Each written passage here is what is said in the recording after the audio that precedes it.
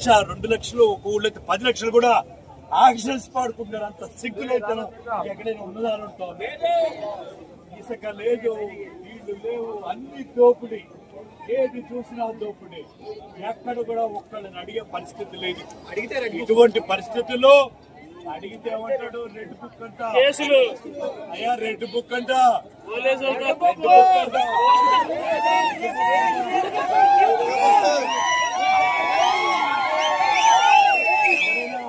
ఎవరైనా భయపడే వాళ్ళు ఉన్నావా? భయపడదు.